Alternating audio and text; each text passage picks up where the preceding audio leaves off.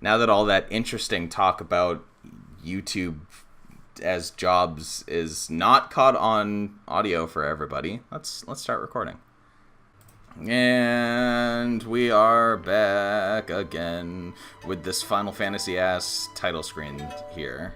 Yeah, we have Panoramical. So this is a modern game. I don't know. Oh yes, this was made 2015, I think. I don't know why I said it's modern. Like the Shark Babes aren't modern, but well, yeah, we just did a collection of like 10 or so games that were made like quite a while ago. So now it's a breath of fresh air. Those are still like 2012. They're not like they're just they don't. Yeah, feel but modern. they're presented as old games. Yeah, but yeah, so what I mean is this is like a game that's actually like it's more modern in its sensibilities. I guess. And this is like an indie experience. All right. Yeah, I have no clue what this is. Fair warning. I have no clue. Neither did I when I was recording this. All I know about it, we're gonna see. Yeah, all I know about it is that it looks trippy as hell. It is. Hold this key. Why are we? The queue. Are we part of the queue continuum? We might be. That would be a really fun game, I think.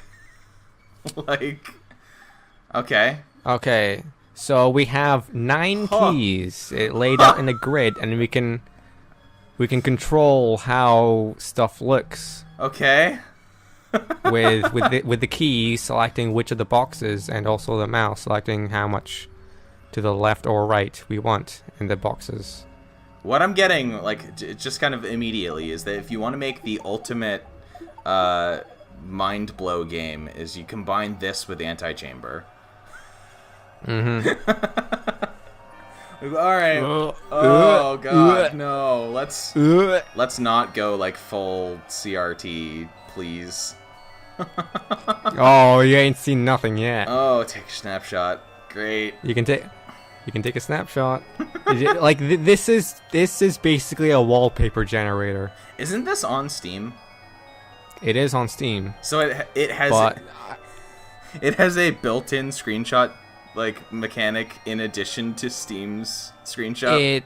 It does, but I acquired this game on itch.io actually. Okay.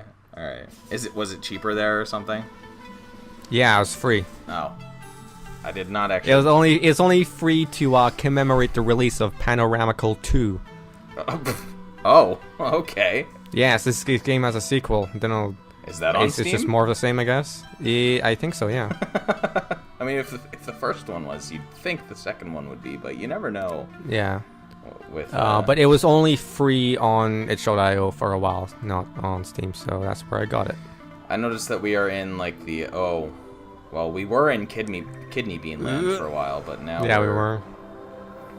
This is the best Winamp visualization kind of thing that I've seen in a very long time. This is a special video because this is the first one I've recorded in 60 FPS. Yeah, at my request, I should say. Yeah, at your request. Well, I did want to do it, but I didn't know how. But it was your motivation that led me to finding out how. So, admittedly, like based on what we've seen already, I don't think it would have made a huge difference if it weren't in 60 FPS. But, yeah, Okay. All right. Try to guess what this is. It sounds like we're tuning a radio. Yeah, we're also selecting levels, I guess. Okay. Yes. Quote unquote levels. Had a scene select in the bottom corner there. So. Yeah. Scene select. That's what it is. Because this is okay. Before playing this game, I had like minimal like knowledge of this. Yeah. I thought it was gonna be a walking simulator. But it's not. Yeah, it seems like maybe not.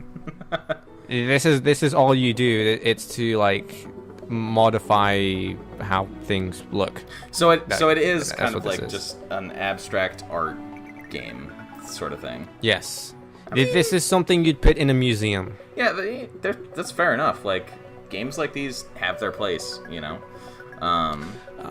If you paid attention to the very beginning, you can see the control methods that they've mentioned. Yeah. It's keyboard, that's what I'm using now, also controller, and third one, and personally, this probably like what it was meant for, but also MIDI controller. So if you have a MIDI keyboard or whatever, you can use that to play this.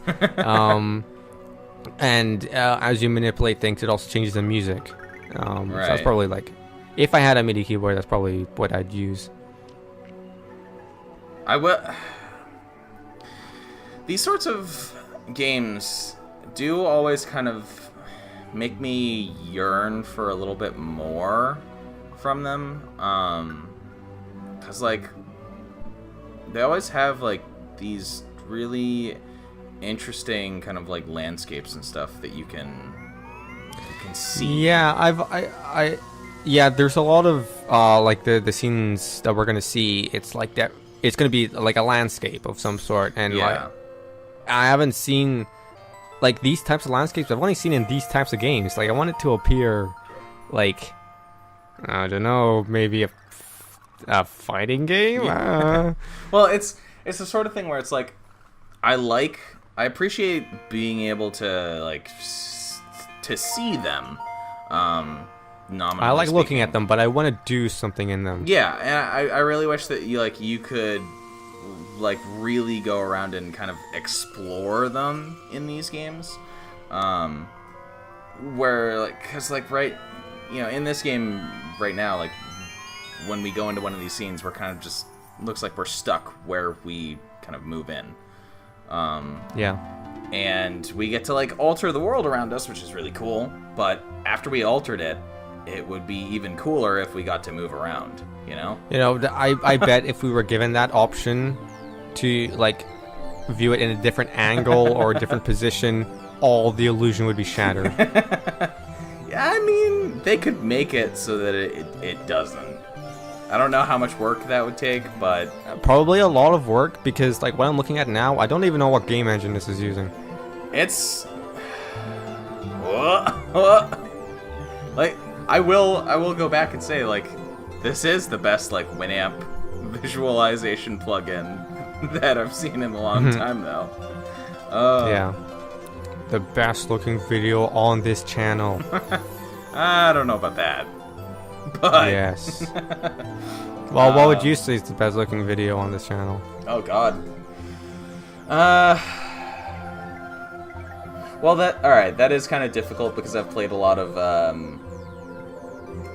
lower budget games, so okay, well, those are games, all right. If I had played something like The Witcher 3, that would objectively be probably the best looking game. I guess. Like but you haven't. So yeah. I need to actually maybe probably I don't know. It's a tough one. It's a tough one because it's definitely a video by me, because I'm the better video editor. I don't know. Those the frame rate of those Dark Souls videos was not that good. 30? 25. 25? Yeah, for some reason they were recorded at 25 FPS. I'll blame the video editing software I used. Yeah, it was like, all right, I don't have Sony Vegas or whatever you have. That's one of the reasons why it was my request if you could record at 60 FPS, because I'm surprised I could. Well, wait, no, I actually, like, all my recordings have been at 60 FPS. It's just the video editing software that I use that I thought couldn't handle 60 FPS. So I just exported as what I just found out, 25 FPS. I mean, that's just what I got them as. I don't know what else to say. Well, whatever video we've done before that I sent you has been deleted from my computer, so I can't even check. Yeah, me too. Like, don't worry about it. But I will say as well, like I'm gonna knock on your editing software again because the size of this video is absurd. Is it? Yes. Oh, I didn't even check the video sizes. What is it? It's huge. It's almost like 8 gigabytes. 8 Jesus. So that's why my Google Drive is like nearly full. Yeah. And like, for comparison, yeah, a video that I have not actually done any work on yet, which people may or may not ever see. It's something that I probably will put up eventually, but Deus Ex Human Revolution. Yeah, that's what I was thinking of. I have 2 videos of those archived from when I streamed. God damn, man! I drew Adam Jansen on the channel art maybe over a year ago. I have 2 videos, but I want to actually stream. He has yet to appear. Yeah, I want to actually stream like most of the game before I start putting up any videos of it, because like I don't want to just have 5 months break in between Revolution videos.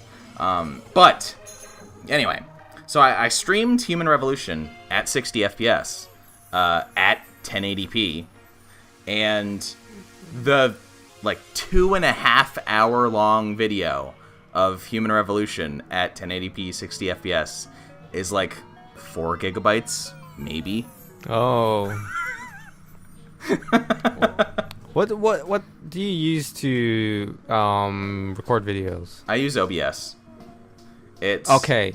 Yeah, it automatically. I tried using OBS, but I don't know how to figure it out, so I use Shadowplay. Yeah, OBS automatically compresses videos as you record them, which is a godsend for me because I have no hard drive space whatsoever, ever. So that's something I need. Is it just like the limited capacity, or is it just because you have lots of files? It's just because I have a lot of things on my computer. You have to constantly delete things to put new stuff in? Yes. Oh. And it doesn't help. It doesn't help that games like The Witcher 3 are 50 gigabytes, and like Deus Ex: Mankind Divided is like 70 gigabytes, and it's like I wonder, like, at what point in history did that like happen? Yeah. Like 4 years ago, maybe? I can't remember a game exceeding like 30. Skyrim was like 6 gigabytes. You know. Yeah. And like The Witcher 2 was, I think, like around 13, something like that. Like there were games back, 2011 that were kind of exceptional in their size, because Arkham City, 20 gigabytes. But you know one of the reasons that Arkham City is such a large file size? It's uncompressed audio? It's because it uses pre-rendered video. Like a lot of the cutscenes. A lot of the cutscenes are just pre-rendered videos. Oh, well, I thought that game has costumes for Batman to wear, right? It does. But they don't appear in like important cutscenes. In pre-rendered cutscenes, he uses his normal. What's the point then? Yep. Like, I bought a costume. Why don't you wear it all the time? Yeah, that is one of my like main points of annoyance with that sort of thing. Is like I hate pre-rendered cutscenes, and it's not because they're like bad or anything. It's just because they break the flow of the game, and and like sometimes you can really tell if something's pre-rendered compared to like in-game. They're usually not. Either they look better, or in the case of Deus Ex, they look a million times worse. Yeah, and it's actually it's really hilarious when you go back to old games that use pre-rendered like cutscenes. Oh yeah. Going back to a game I talked about in the Shark Babes video, the most recent Shark Babes video, not the. Oh, that one didn't have too many Shark Babes. Only like one. Yeah, but the prior video, Star Wars: Knights of the Old Republic. Yeah. There are a lot of that has pre-rendered. Yeah, well, all right. There aren't a lot of them, but it has a fair few pre-rendered cutscenes. And the hilarious thing about pre-rendered cutscenes from games made in like the 2000 to 2004 era is that when you try to play them today on a modern computer that runs at you know, a 1080p resolution or higher,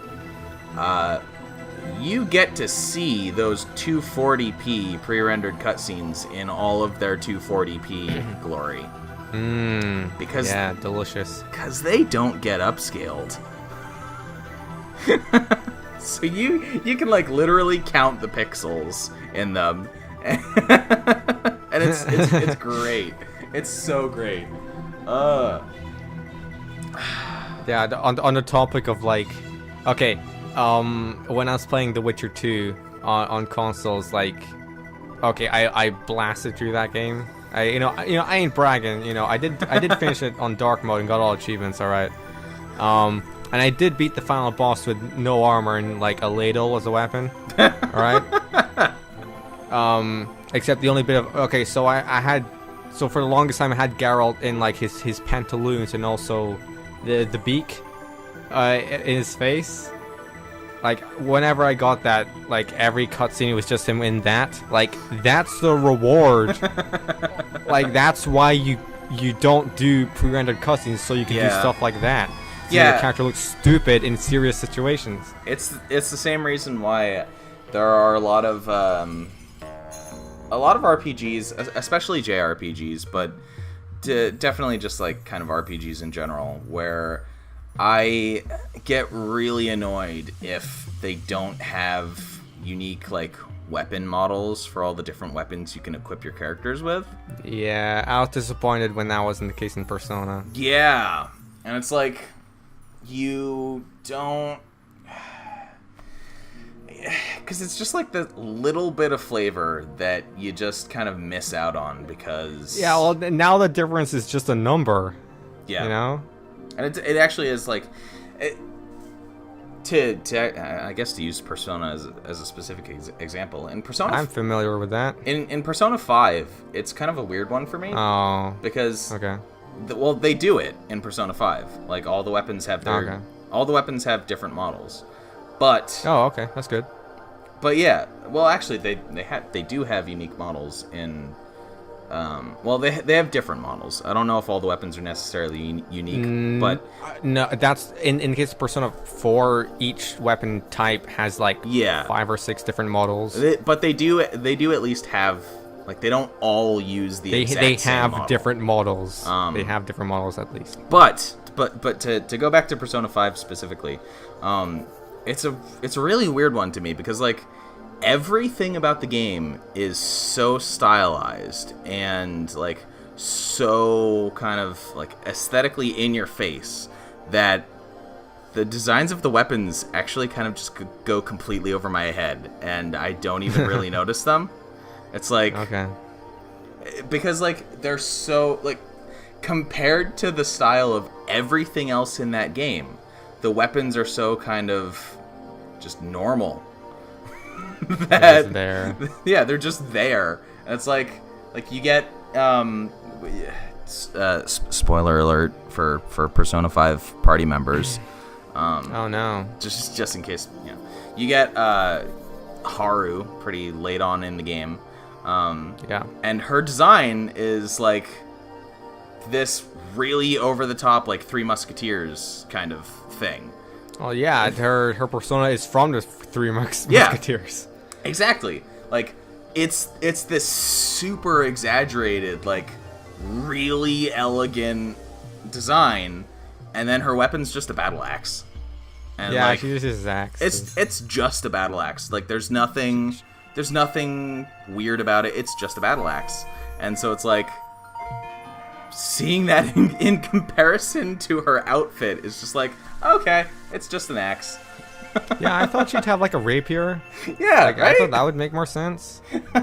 Unless there's already a character to use as a rapier, which I'm not sure. I would not be able to say, but yeah, that's kind of the situation with like Persona 5 in particular for me. It could be just because the entire rest of the game is so stylish that like the weapons don't even register for me, which flies in direct contrast to most other JRPGs actually.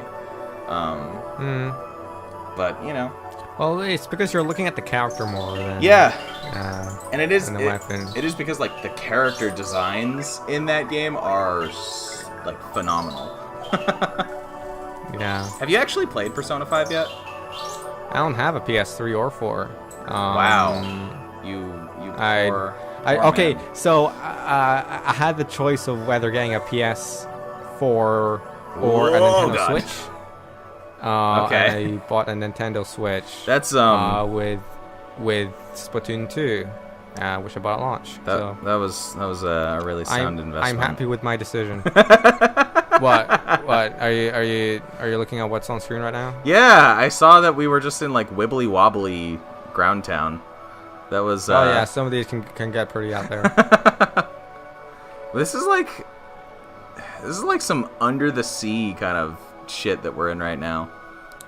Okay, one really really cool thing about whatever this is. So taking screenshots and you can also record videos as well. Oh, nice. Which I didn't really need to do that because I was doing it the entire time. Whenever you do that, it hides all the UI elements. Nice. So you don't need to worry about like that little bunch of squares in the corner that disappears. Yeah. When you press the screenshot button, so like, that's really smart. More games need to do that. Yeah. I don't know how Steam does screenshots because I've never taken one. It probably doesn't do that. No. But if you're a game developer and you want people to take screenshots of your game, then you'd want to do it in game. Yeah. And if you're gonna do that, have a function where you at least have you can toggle whether you want the UI to appear or not. That'll be really useful. That's actually one reason why this like relatively new-ish software from NVIDIA kind of interests me. I don't remember the exact name of it. It's some weird NVIDIA code name like they all are. But it's specifically designed to allow you to like kind of detach from your like player character in a video game so that you can take screenshots of like the environments and stuff. Fly mode. Yeah, and it's like it allows you to just take like these panoramic screenshots of like the landscape at any point in the game that you're in. Wait, how is NVIDIA? I have no idea. How can NVIDIA do that? I have no idea how it works. More development time would probably be for the actual game devs, right? I have no idea how it works. I don't know if it works for like how many games it works for. I don't know if it's. All I know is like that's kind of the thing that it's designed to do, and it does work. It does work for some games, because I've seen other people like do that. Okay. And like, in the case of like first-person games, can you look at your own player model? I have no idea. I haven't looked into that yet. Okay. But I know that it is like it's possible to do that sort of thing in a lot of games anyway, because that's the entire way that like Machinima got its start with doing that sort of thing. That started with Quake.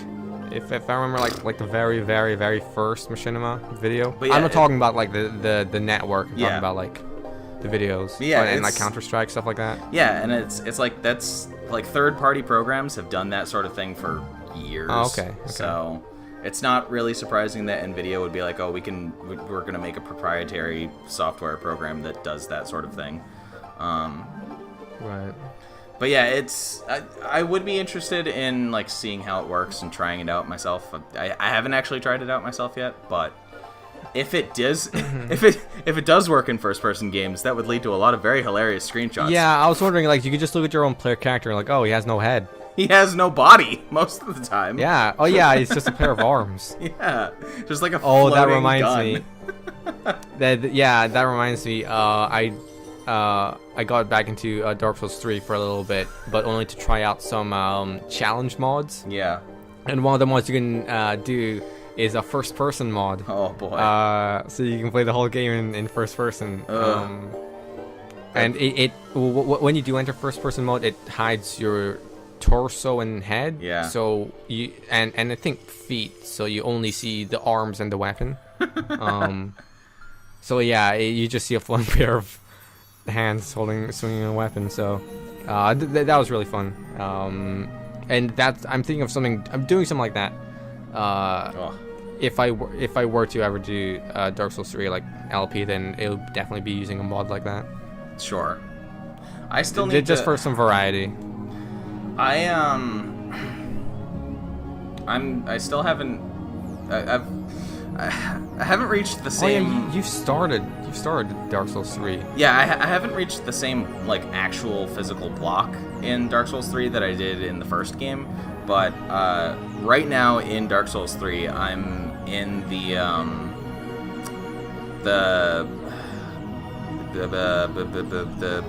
Boreal Valley or something like. Okay, you're about a third of a way through. I'm right. Spoiler alert for Dark Souls 3. The game that came out last year. 2 years ago now. 2 years ago. I'm right before where you like get into Anor Londo. Okay. Where I don't remember the exact.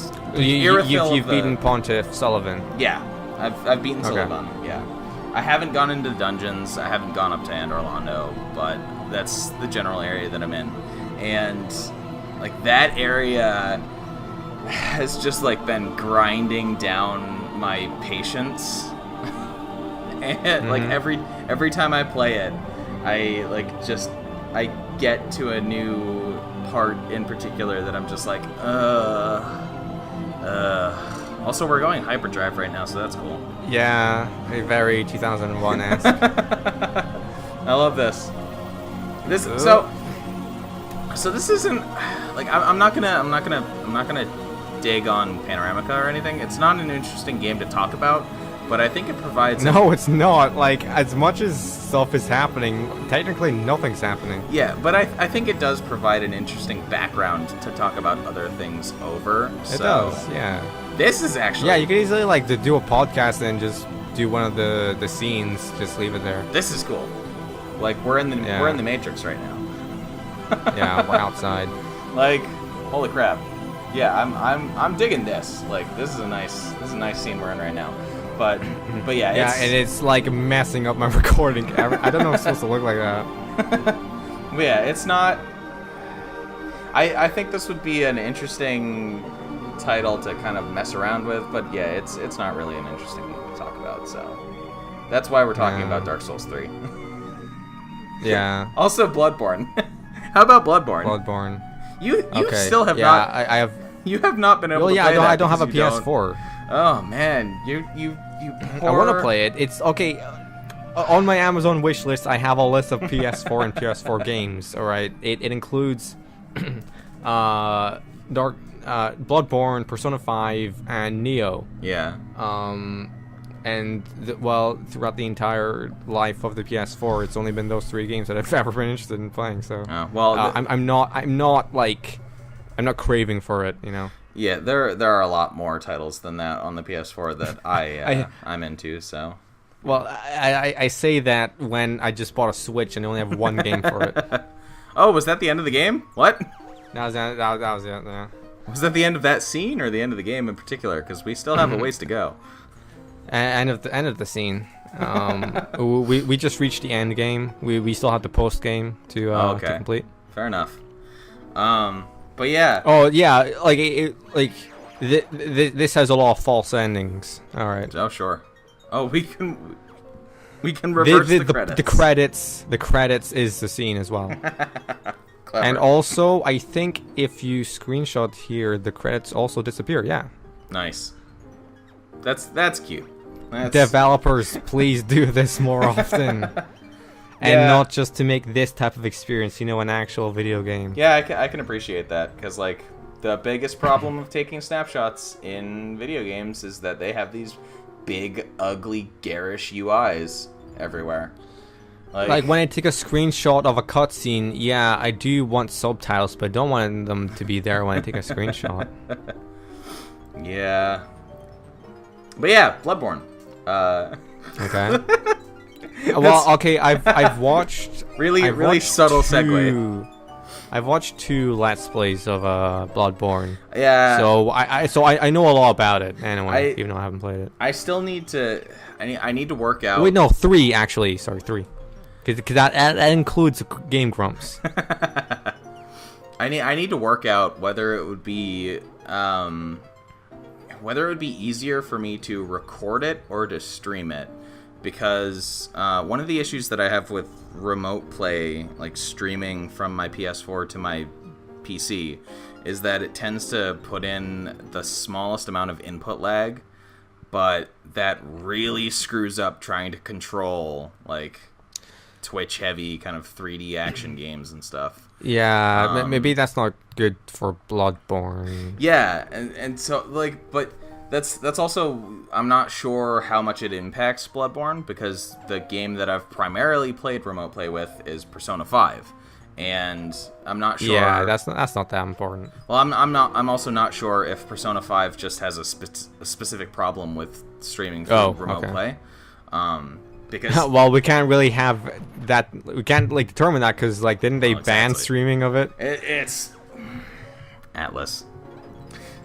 Is that ban still on? They just screwed the pooch in every way with that regard. I don't know what they're doing with it now. They didn't lighten up on it at any point.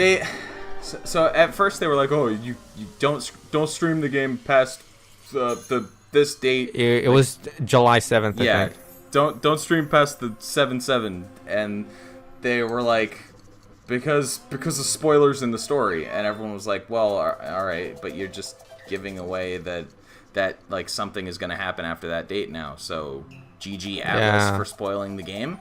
And then after that, they didn't stop there. After that, like a couple months later, they were like, all right, you can stream past 7/7, but don't stream past I think December 25th maybe was when they said, or it might have been like something like that. Yeah, might have been even November, like the end of November or something. But it was like the second time that they said to not stream past was actually the literal spoiler for the game. So and by that point everyone had already played the game, so the announcement came out. And what they should do is like, okay, the game begins at like April 4th or something. Yeah, I know, early April. The game also came out in early April.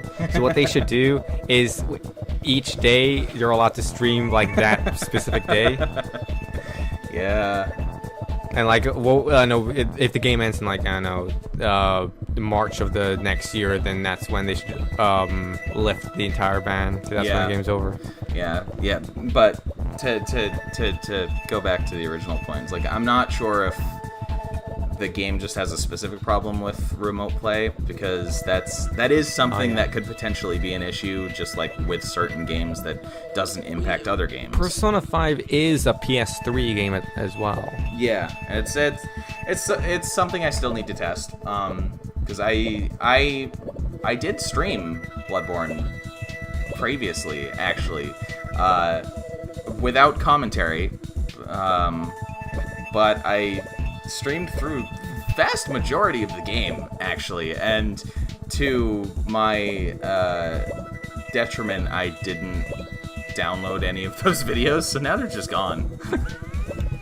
Oh, what a waste. Yeah, I could have had like 20 hours of Bloodborne Twitch streams that I could just have to comment over, you know. But well, it won't be worth it unless you just finish the whole game. Like, yeah, I only started streaming it like halfway through the game anyway, so it didn't make that much of a difference. Just a test.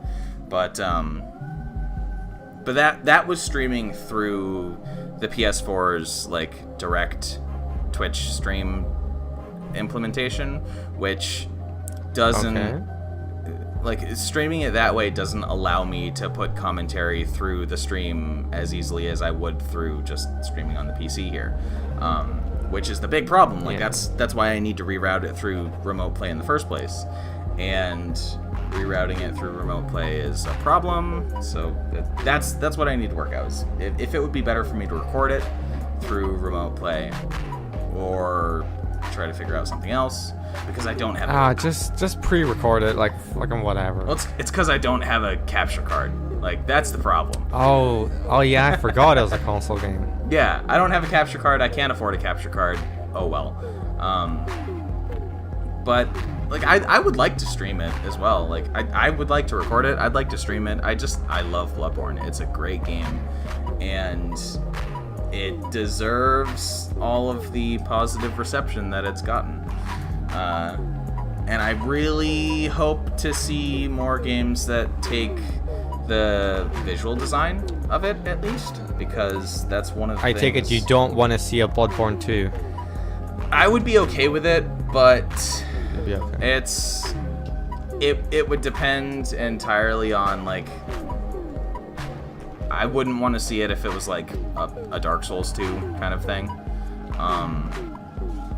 Like I want. But would you be okay with a Bloodborne cart? I would like to see a game like. You can Google that, by the way. Like it's gonna exist. Please no. I'd like to see a game with the same like visual style. I love the world of Bloodborne. I love the enemy designs. I love the character designs. I love the weapons. I love the armors. Like I love all of that stuff. So you want the Dark Souls to the Demon Souls for Bloodborne? Yeah, basically. Like I would love to see more of like this gothic architecture that turns into Lovecraftian horror stuff. Because that's... I know, but once you've done that once, like, it doesn't really, like, the impact's kind of lost. And that's why I don't necessarily want, like, a Bloodborne 2 or anything. It doesn't... You know, if From Software doesn't want to make another Bloodborne game, then that's fine. You know, whatever. I would... They said it was up to Sony. Yeah. But... I want more games that use that sort of style in general because we don't have a lot of them. And like the other No, we don't. The other like most recent game that I can think of that does that is Darkest Dungeon, and it does it very well. You know? Yeah, that's like there aren't many examples of like this is something people want and no one is capitalizing on it. Yeah, exactly. And it's so that's partially like that's one part of the reason why I love Bloodborne as much as I do, is because it is such a unique setting and it has such a unique like visual style to it that like just sets it completely apart from even from Dark Souls. You finished it, right? Yeah, I've definitely beaten Bloodborne. Like I've almost beaten it with 2 different characters, which is remarkable for me to say about a Dark Souls style. Yeah, I was like, whoa, a whole 2 characters? Yeah. Well, the DLC as well? Yeah. And all right. Oh, I have stories to tell about the final boss of the DLC of Bloodborne. You mean Orphan of Kos? Oh, the Orphan of Kos is okay. Whew. Yeah, I've heard about like how that boss like it does not follow the rules. If I had downloaded my streams for that game, there was the stream that I fought the Orphan was about 8 hours long, and 5.5 hours of the stream was me fighting the Orphan. Okay. Like, you'd say the Orphan of Kos is worse than Ludwig? It was the hardest fight that I had in the entire game. Okay. Like Ludwig the Accursed was kind of the first major like block that I had in like with my first character, which I built in the same way that I did a lot of like Dark Souls stuff, where I was like, let's use 2-handed weapons all the time and completely disregard the parry mechanic. Which is, okay. For anyone who's not aware of Bloodborne and the way that its combat works, the parry mechanic is a very integral part. You can't parry most bosses, right? You can, actually. You can. You can parry almost every single one of the bosses if you time your like gunshots right. And like you can even parry the Orphan of Kos. Like he has openings where you can parry him. They're incredibly frame perfect to get, but they're there. So yeah, with my first character, I almost never used guns. Like, it was just not a consideration that I even had. Also, this is like really, we're getting super abstract and psychedelic right now. Yeah, like the texture are images all in of themselves. Just pointing that out for a moment for everyone who's actually watching this video over the Bloodborne podcast. I've yet to dig deep into the files in this game. Yeah. See what images they used. Yeah. But yeah, so I didn't use guns for my first character, and for the second character that I started that I haven't quite beaten the game yet. I'm almost at the end of the game with that character as well, but I ended up getting distracted by like Persona 4 or Persona 5 and stuff like that. So, yeah. But with my second character, I decided to make a agility gun-based build, and made heavy use of the parry mechanic, which makes a lot of the bosses really easy, actually. Yeah, okay. You see often, mostly for Dark Souls, it's like, boss on new game, +8, beaten in like 1 minute. And it's like, gee, I wonder how they did that. Yeah, right? They parried, okay. Yeah, power within... whatever rings, let's see, imbued weapon, parry. Okay, yeah. That's what I expected. Yeah, playing New Game Plus, like the first New Game Plus in the original Dark Souls, every single boss was so much easier than in just a regular new game. Yeah, it was. You can beat the tutorial boss in a single hit. Yeah, like, if you know what to do. Yeah. But yeah, to go back to Bloodborne, Ludwig was a pretty big wall. Like the first time that I came up to him, he probably took me around like 2 hours, maybe, if I don't remember exactly, but it took me a while, but nowhere near as long as the Orphan did. Like, holy crap, that... Right. even just remembering that fight is like, that's an actual... PTSD. It's an actual nightmare. Like, that fight is so hard. And, like, I have no problem with summoning NPCs or other players to help with bosses in, like, the Souls games. But I don't have PlayStation Plus, so I can't actually connect to the internet in Bloodborne. Right, so you don't even have PvP. Yeah, I don't have PvP, and I can't summon other players. I can only summon NPCs. So the only bosses that I can get help with are bosses that have summonable NPCs before them. And the Orphan of Kos happens to not be one of those bosses. No, how inconvenient. Yeah. Like, and he would be hard even with help. Like, I would think. Okay, so, for a boss like that, I don't think an NPC would really help all that much. It's more like just have them for the same reason that I had them in Ludwig's fight, where they're just like meat shields. Yeah. But yeah. Like, oh man.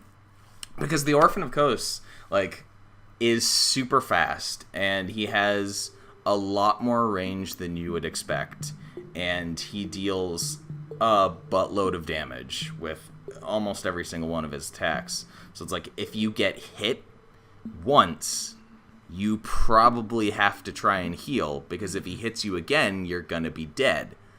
And... That's before he goes like Super Saiyan. It's absurd. This isn't even my final form. Yeah, it's such it's a tough fight, and any Bloodborne pros out there who have like beaten that fight without dying at all, like go ahead and wave your E-Peens around, because I don't even understand how you'd be able to... I don't understand how you'd be able to do that even after you know exactly how to beat that fight. Yeah. Like, that's how tough it was for me. It's like, Boy, I sure am missing a lot of Bloodborne. Yeah. Yeah. Bloodborne is legitimately, like, it moved its way up to one of my favorite games ever, so I have a lot that I could say. It's definitely one of my favorite games that I've never played. Exactly. That's how I felt about it before I got a PS4. It's like, this is one of my favorite games that I've never played. It's like, it's that good. It's and that's Come on, Bloodborne for the Switch. Looking forward.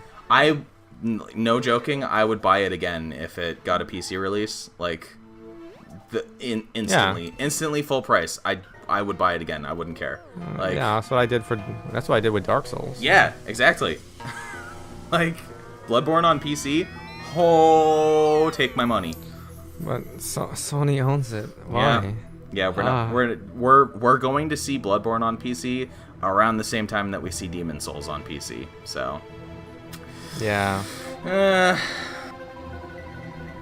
Unfortunate. Did you hear anything about what? Okay, the theme of From Software's next game might be like Aztec, kinda. I think I actually did hear about that. Yeah, I'm not too big on the Aztec theme, honestly. I'm okay with it. I'd be down with seeing how they do it. It would be interesting, but that's like, okay, my experience with the Aztec theme in a video game is for a level, not for an entire game. Yeah. Oh wait, maybe they're gonna do a Bloodborne thing, and it's like starts off as Aztec, and it becomes like I don't know, like sci-fi. I don't know. Actually, it was Aztecs in space. Yeah. Oh, you thought this was Earth? No. Literally Stargate SG-1. With flying pyramids through space. Oh yeah, and they're upside down. Oh man, that was. We want to talk about the 90s. There we go. Oh yeah, the 90s. Oh, what a time to be born in. Weren't you born in like 99? No, 90. How old do you think I am? You're like 12, right? No, you got the numbers wrong. I'm 21. Are you actually? Yeah. It's just because. Wait, did you actually? No. Well, what age did you actually think I was? No, I knew what age you were like before, but that was like a year ago. So. Okay. It stopped registering to me. Mm-hmm. And now it's just like a joke because I'm old. Oh boy. Quote unquote, big air quotes around that as well because. Don't worry. Like even when I was in high school, I kind of got, oh no, I'm getting there, because like when I was helping out with some school kids in the younger schools, I was teaching music, and I was like, hey, so what songs do you want to learn? And then one kid suggested, oh, what about the Beatles? And I was like, okay, yeah, that's a good choice. And then like another kid was like, what are the Beatles? I was like, oh yeah. No. What's Yellow Submarine? I've never heard of that. What's a submarine? That's like eventually there's going to be a time when people don't know what Dark Side of the Moon is, and I'm not looking forward to that. You mean Transformers?